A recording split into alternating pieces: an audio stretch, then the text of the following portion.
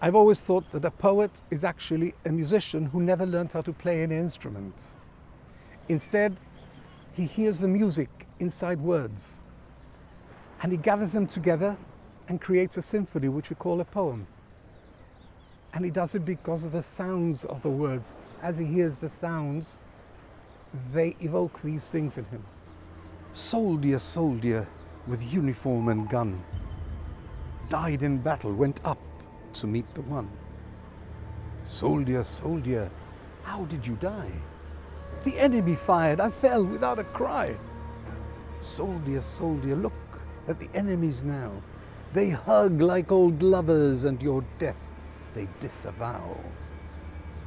What then did I die for? Was it all political? Were our leaders and theirs so cruelly hypocritical? Soldier, soldier, at last you are wise, when all flags and all frontiers you learn to despise. What shall we teach them, our children of tomorrow? Teach them faith in politicians will only bring them sorrow.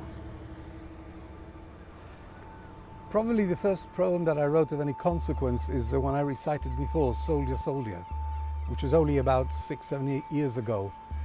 Before that I was writing poetry from the time of a teenager, you know, when you get a crush on a girl and you want to put it in some way, you write a poem but you don't dare show it to anybody. It's so naff. But it really started with that poem. I was going by the Cross of Sacrifice, Gibraltar, and on the plinth of that cross it says something like, in memory of the glorious dead. And I thought, what the hell? Those dead people don't think they were glorious. So I parked the car there and Soldier, Soldier came out. It is an anti-war poem and I'm definitely anti-war. There's a big difference between reading somebody's poem and hearing him recite it. Especially if the poem has so much feeling, it comes from deep inside. So when I recite, I act out the words I have written. I act out the feelings, the sentiments, the emotions. And this resonates greatly with the audience. They connect with me in a way that they would not connect were it with music, because then it becomes a song and you lose sense of the words to a great deal, or whether it is read out like normally. It has to be holistic. Everything about you has to be involved in that poem. And that way the audience appreciates it. Soldier, soldier, was it worth your life?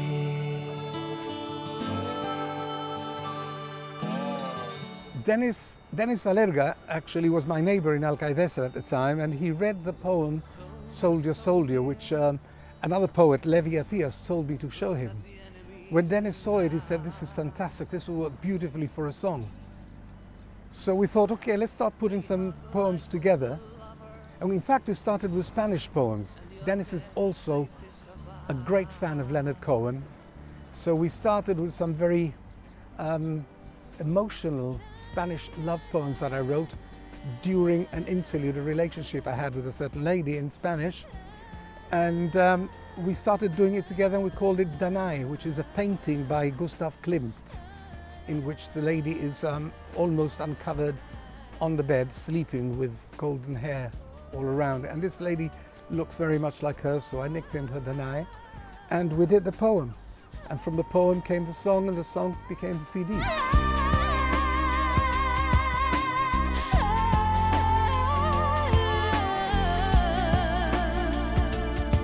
After that, we thought of doing one in English using Soldier, Soldier, using Catch Me Dancing.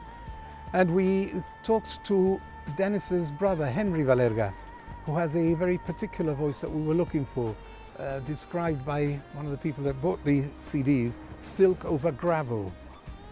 And he loved the idea, and we made a very good team together. Dennis doing the music and the arranging, Henry doing the singing, and I was doing the writing. And that one is called No More Mr. Nice Guy.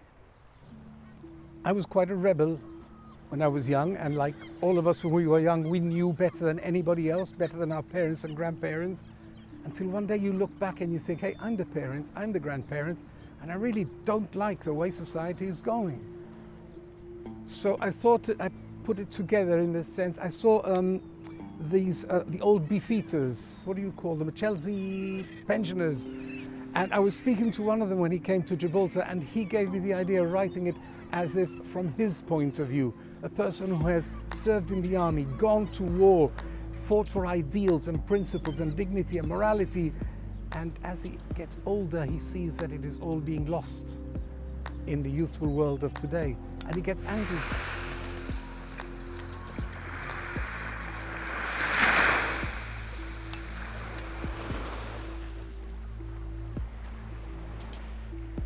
All this talk about our young uns seems to be much too cheesy, as they grow up fat and soft because we made it all too easy.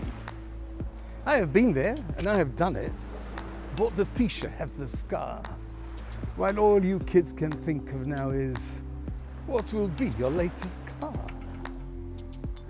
All the strength and all the passion, all those latest songs you've sung, all the energy you've wasted. Youth is wasted on the young. I'm too young to be too old, and though slower, I am deeper. Been through shit you never know, but today, I'm my own keeper. The wars I fought to make your world a better place was filled and full with unsung glory. But for you, you selfish youth, I'm just a has-been with a story. See my hoary head of hair. See my wrinkles, feel my loss. For dear friends now long departed, all deserved the Victoria Cross. So let death catch me dancing, and to hell with that old Nick. I have seen too many demons to be scared of that old prick. The hat was actually a very good friend of mine invited me to a concert in Malaga when Leonard Cohen came. Leonard Cohen to me is probably the supreme singer-poet in English. And I was given this hat by Leonard, and I wore it sort of as a emotional crutch the first times I did my poetry. And then I keep it mostly for the poem that you heard now, Catch Me Dancing, because it has this sort of movement, you know, and you need the hat. It's not my lucky charm, I am not into those things. It's just part of the theatre act of it. Dreams and ambitions? I plan to live until I die. And I will be writing, and I will be designing, and I will be doing as much as I can, mainly because I realize how little time is left. When you're young, you think that you're never going to get old or ill or die. When you're old, you know you're going to get older and iller, and eventually you're going to be pushing daisies. There is more culture, and there is supposed to be more culture than there really is. Culture is a word that is being bastardized, in the sense that everything that is either musical or on stage is considered culture. Culture to me is something that has an enhancing value. Not all the music we hear is that good or is that worthy of longevity. You hear a song today, 2 weeks later it's out of fashion, another one has come up and that one is lost.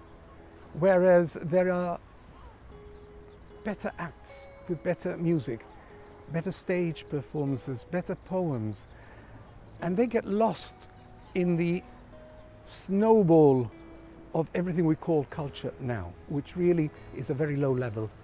Not that Gibraltar has low level of culture, no, but we seem to concentrate more on the less valued culture than we should.